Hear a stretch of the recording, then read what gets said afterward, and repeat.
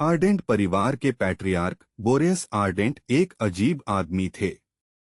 कम से कम इतना तो निश्चित ही था। मनहवा में उन्हें अपने दोनों बच्चों के लिए एक बेहतरीन पिता बताया गया था। लेकिन सिर्फ इतना ही नहीं, वह अपने नौकरों के साथ भी लगभग परिवार जैसा व्यवहार करते थे। और यह बात खासकर इसलिए अजीब लगती थी क्योंकि वह कोई साधारण कुलीन नहीं बल्कि एक ग्रैंड ड्यूक थे।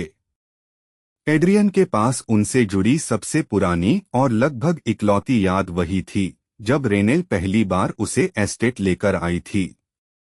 बोरेस ने तुरंत उस बच्चे से मिलने की मांग की थी जिसे उनकी बेटी सड़क से उठाकर लाई थी। उस समय एड्रियन को पूरा यकीन था कि उसे तुरंत बाहर निकाल दिया जाएगा। आखिर उसके अनुभव में नोबल्स ऐसे ही होते थे, लालची, स्वार्थी और अपने से नीचे वालों के लिए जन्मजात घृणा से भरे हुए। कम से कम तब तक वह यही मानता था। लेकिन हुआ बिल्कुल उल्टा। पैट्रियार्क ने बस उसे देखा, हल्की सी गर्मजोशी भरी मुस्कान दी और कहा, आर्डेंट परिवार में तुम्हारा स्वागत है। फिर बिना किसी नाटक के उसे सेबास्टियन के हवाले कर दिया गया ताकि उसकी ट्रेनिंग शुरू हो सके। उसी दिन से एड्रियन को फ्रोजन फॉरेस्ट के पार बने आर्डेंट परिवार के निजी ट्रेनिंग बेस पर भेज दिया गया, जहां उसे लेडी के लिए एक परफेक्ट पर्सनल बटलर बनाया गया। मनहवा के अनुसार बोरेस के इस व्यवहार की जड़ उनकी पत्नी थी। वह भी एक कॉमनर थीं। और सिर्फ कॉमनर ही नहीं बल्कि कभी आर्डेंट हाउस में एक मेड हुआ करती थीं। फिर घटनाएं कुछ ऐसी मुड़ी कि दोनों की शादी हो गई और उनके 2 बच्चे भी हुए। उनकी पत्नी का कॉमनर बैकग्राउंड कोई राज नहीं था। यही वजह थी कि दूसरे नोबल फैमिलीज इस परिवार को भीतर ही भीतर नीची नजर से देखते थे। हाँ, यह तिरस्कार सार्वजनिक रूप से कभी नहीं दिखता था, क्योंकि जिस क्षण बोरेस को अपने परिवार के प्रति अनादर महसूस होता, उसी क्षण सामने वाले का सिर उसके कंधों पर नहीं रहता। और अवेरा में ऐसे लोग बहुत कम थे जो उन्हें रोक सकते। आखिर वह एक एसएस रैंक स्पिरिट मेज थे और उनके पास एक प्राइम स्पिरिट थी। बोरेस आर्डेंट की दयालुता को कमजोरी समझना किसी के लिए भी आखिरी गलती साबित हो सकता था।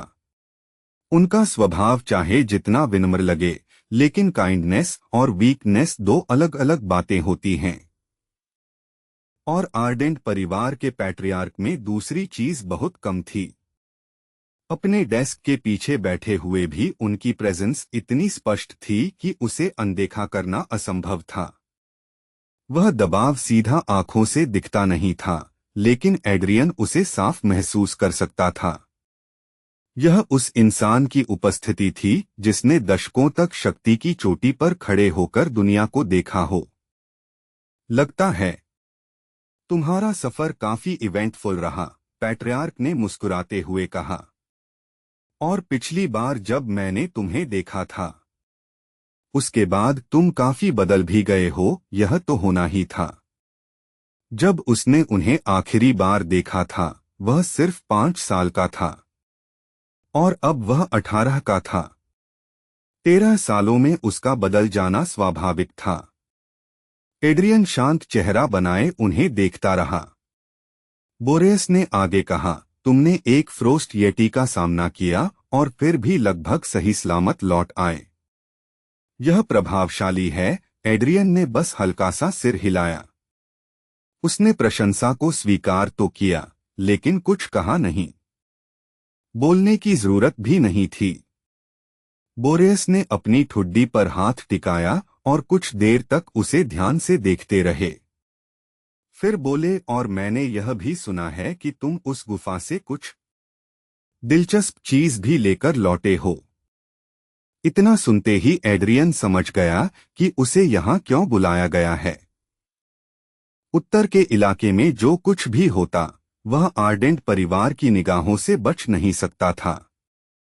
उसने धीरे से अपनी यूनिफॉर्म के भीतर हाथ डाला, जहां शैडोज जमा थीं, और वहीं से वह चीज निकाल ली। जैसे ही वह ऑब्जेक्ट बाहर आया, कमरे का तापमान मानो थोड़ा और गिर गया। उसकी हथेली पर एक छोटा सा क्रिस्टलाइन लोटस रखा था, जिसके हर पेटल जमे हुए कांच की तरह चमक रहे थे और जिनसे हल्की धुंध उठ रही थी। कोई भी इंसान, चाहे स्पिरिचुअल ट्रेजर्स के बारे में कुछ जानता हो या नहीं, एक नज़र में समझ सकता था कि यह कोई साधारण वस्तु नहीं है। कुछ क्षणों के लिए बोरेस का शांत चेहरा बदल गया। उनकी आंखें हल्की सी सिकुड़ गईं। फ्रोस्ट सॉवरेन लोटस, उन्होंने धीमे स्वर में कहा। उनकी नजर कुछ सेकंड तक लोटस पर टिकी रही, फिर वापस एड्रियन पर आ गई। तुम सच में बहुत लकी चाइल्ड हो। लेकिन एड्रियन ने कुछ और भी नोटिस किया। बस एक पल के लिए, जब बोरेस की नजर लोटस पर पड़ी, उनकी आंखों में एक और भावना चमकी थी, आशा।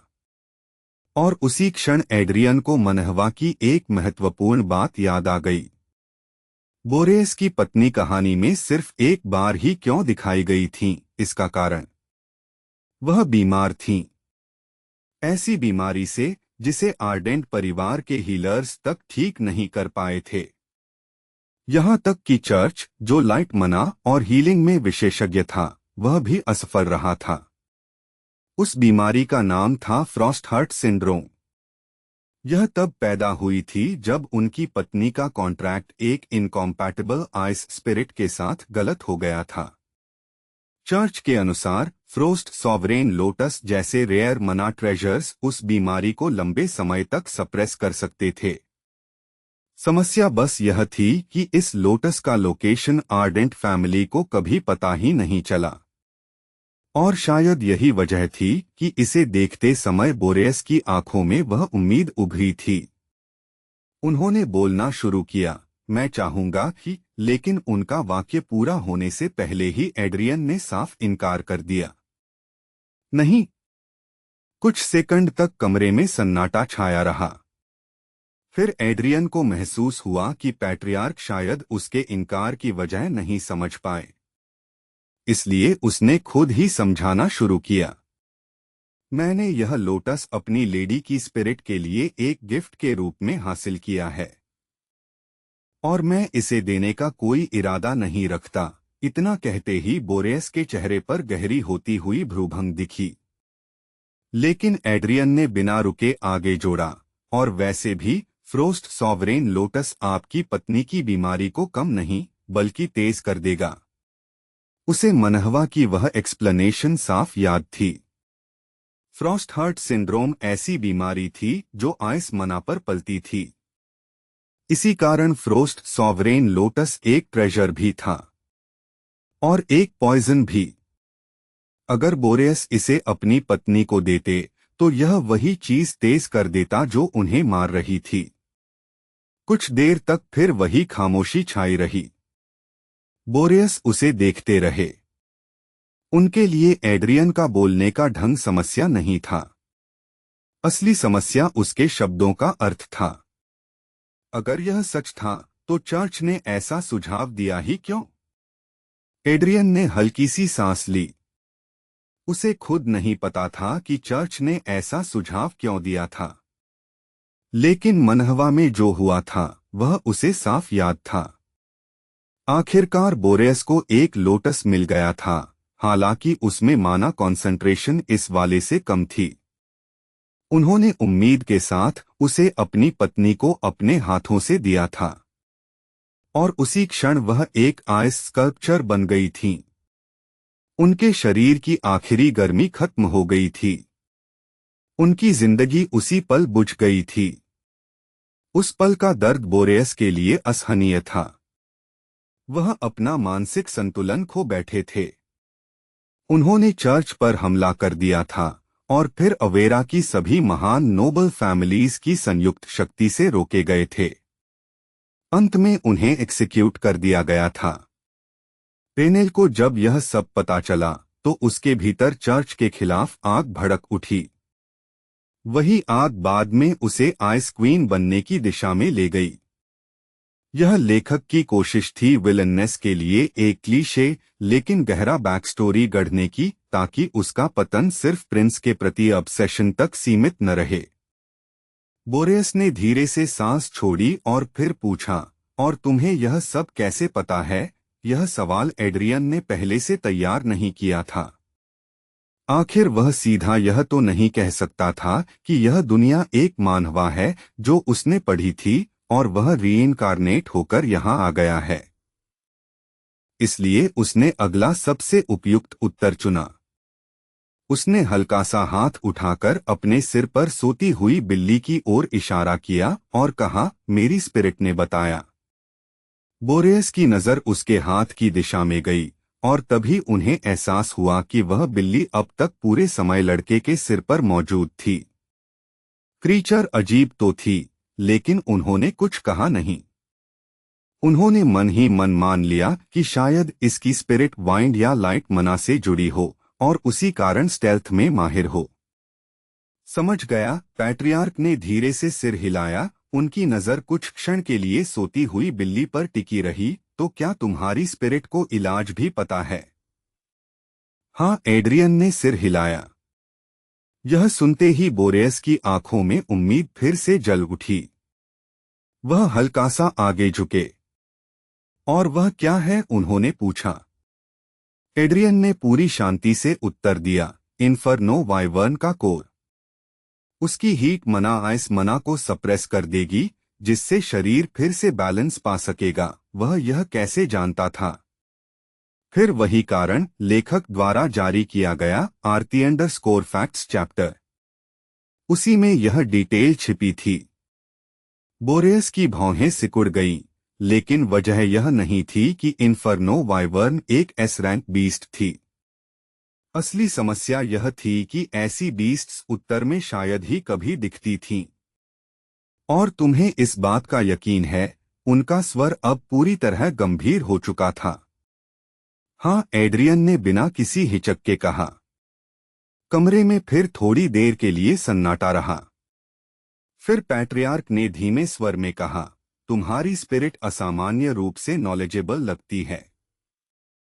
बिल्कुल हूँ, एक आलसी सी आवाज एड्रियन के दिमाग में गूंजी। एड्रियन ने भीतर ही भीतर आह भरने की इच्छा को रोका। नॉक्टिस ने हल्का सा खिंचाव लिया। अपनी पूंछ उसके सिर के चारों ओर लपेटी और बोली, मैं अपार ज्ञान वाली सत्ता हूं। आखिर फिर एक पल रुककर उसने पूछा, रुको, मैं किस चीज के बारे में नॉलेजेबल हूं? एड्रियन ने उस सवाल को पूरी तरह अनदेखा कर दिया और अपना ध्यान फिर पैट्रियार्क पर केंद्रित कर लिया। बोरेस अब भी सोच रहे थे।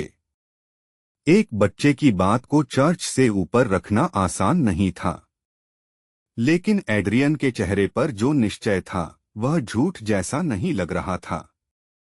दूसरी ओर एड्रियन ने यह जानकारी दया या कृतज्ञता से नहीं दी थी। नहीं, उसने यह इसलिए बताया क्योंकि वह लोग उसकी रेनेल का परिवार थे। अगर मनहवा की घटनाएं वैसी ही दोहराई गईं, तो रेनेल का दिल टूटना तय था, और वह ऐसा होने नहीं देगा। अगर इस जानकारी से प्लॉट बुरी तरह बदलता है तो भी उसे कोई फर्क नहीं पड़ता, जब तक रेनेल की सुरक्षा सुनिश्चित हो रही है। आखिरकार बोरेस बोले, तो फिर मैं ईस्ट की ओर जाऊंगा और उसका शिकार करूंगा। लेकिन अगर मुझे पता चला कि तुम झूठ बोल रहे हो। वाक्य अधूरा ही था कि कमरे में अचानक भारी दबाव भर गया। पैट्रियार्क की क्रिस्टल ब्लू आंखें चमक उठीं। अगर सेबास्टियन की ऑरा ने एड्रियन को पसीना दिलाया था, तो यह दबाव उसे सीधे घुटनों पर ले आया। बोरेस धीरे धीरे खड़े हुए, डेस्क के पीछे से निकलकर उसकी ओर चले और कुछ कदम दूर रुक गए। यह था उत्तर पर शासन करने वाले आदमी की असली शक्ति। न वह गर्मजोशी भरा पिता जिसके बारे में रेनेल बात करती थी, न वह जेंटल लॉर्ड जिसकी सर्वेंट्स तारीफ करते थे, बल्कि वह एसएस रैंक स्पिरिट मेज जिसने दशकों तक अवेरा की शक्ति सीढ़ी के शीर्ष पर खड़े रहकर राज किया था। बोरेस आर्डेंट उसकी ओर चमकती नीली आंखों से देखते हुए बोले, तो मैं तुम्हें यह दुआ करने पर मजबूर कर दूंगा कि तुम कभी आर्डेंट फैमिली से मिले ही न होते। कई सेकंड तक दोनों में से किसी ने कुछ नहीं कहा। एड्रियन महसूस कर सकता था कि कमरे में तैरती माना उसकी सांस लेना मुश्किल कर रही है। फिर भी उसके चेहरे पर बहुत कम बदलाव आया। समझ गया, उसने शांत स्वर में कहा। एक क्षण के लिए पैट्रियार्क उसे चुपचाप देखते रहे और अगले ही पल वह हंस पड़े। उसी के साथ पूरा दबाव ऐसे गायब हो गया जैसे वह कभी था ही नहीं। मेरी बेटी सच में दिलचस्प लोगों को पहचानना जानती है, बोरेस ने हंसते हुए कहा। उनकी नजर एक पल के लिए एड्रियन के सिर पर अब भी आराम से लेटी हुई बिल्ली पर गई। क्रीचर ने दबाव पर कोई प्रतिक्रिया नहीं दी थी। उल्टा वह पहले से ज्यादा आराम से दिख रही थी। ठीक है, पैट्रियार्क ने आखिर कहा, मैं इस इन्फर्नो वाइवर्न के बारे में जांच करूंगा। फिर उनकी नजर वापस एड्रियन पर आई। लेकिन एक बात समझ लो बच्चे, उनकी आवाज में फिर गर्माहट थी, मगर अधिकार अब भी अडिग था। अगर तुम्हारी बात सच निकली तो हो सकता है तुमने मेरे पूरे परिवार को बचा लिया हो, और उस स्थिति में मैं जीवन भर तुम्हारा ऋणी रहूंगा। एड्रियन के मन में एक क्षण को यह विचार आया कि बोरेस इस कर्ज को अपनी बेटी का हाथ देकर भी चुका सकते हैं, लेकिन उसने तुरंत उस विचार को दबा दिया। अभी यह बात उठाने का समय नहीं था। आखिर वह अभी सिर्फ एक बटलर था जिसने अपनी लेडी से ठीक तरह मुलाकात भी नहीं की थी। एड्रियन धीरे धीरे खड़ा हुआ, बिना भाव बदले हल्का सा झुका और बोला, अगर यह मेरी लेडी की सेवा में आता है तो उसके बदले में किसी रिवॉर्ड की अपेक्षा नहीं करता। एक बटलर के रूप में यही पर्याप्त है, बोरेस ने मुस्कुराते हुए कहा। समझ गया। फिर वह अपने डेस्क तक लौटे, वहां से एक एनवलोप निकाला और एड्रियन की ओर बढ़ा दिया। जब एकेडमी दोबारा शुरू होगी, यह तुम्हें सीधे रेनेल की क्लास में एडमिशन दिला देगा। बस यह सुनिश्चित करना कि तुम मेरी बेटी को शर्मिंदा न करो। एड्रियन ने एनवलोप दोनों हाथों से लिया और फिर एक बार झुककर कहा, तो अब मैं अनुमति चाहता हूं। ठीक है, बोरेस ने कहा, कोचमैन तुम्हारे लिए तैयार है। जब चाहो निकल सकते हो।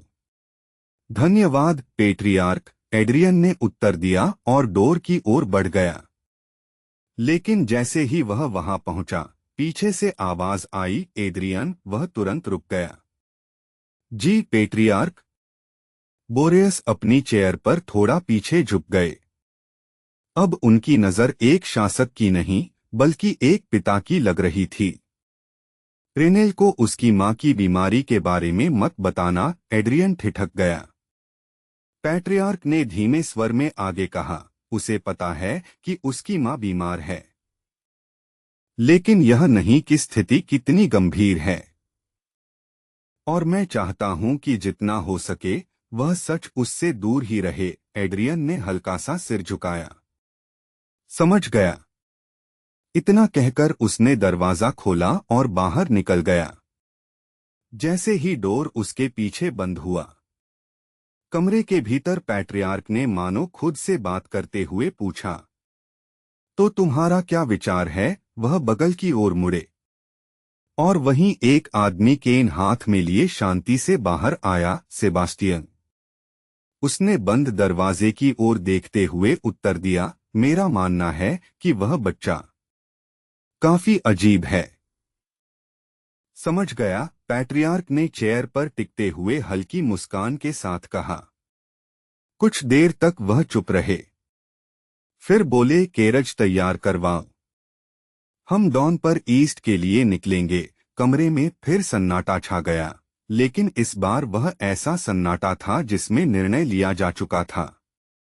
कहानी अब बदलने लगी थी और एड्रियन के एक जवाब ने अवेरा की दिशा को पहले ही मोड़ना शुरू कर दिया था।